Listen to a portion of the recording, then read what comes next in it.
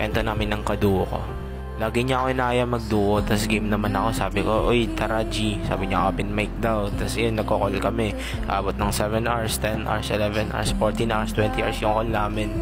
Tas yun, yung isang araw, nagbago ang lahat, no? Bigla siyang nag-AFK.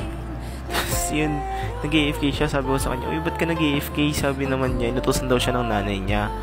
Tapos, bigla niyang in-end yung call nung nag-victory kami. Tas yun, wala. Parang wala lang, normal lang. Kasi natusan daw siya. Wala lang ako dun. Tapos ayun, pag-scroll ko sa Facebook, in a relationship na siya. Tas umamin siya sa akin. Sabi niya, nag-AFK ako kasi tumawag yung jowa ko. Putres guys, ang sakit. Sobra. Tas yun, lesson learned. Huwag ma-fall sa kadu. So update guys, wala na sila ngayon.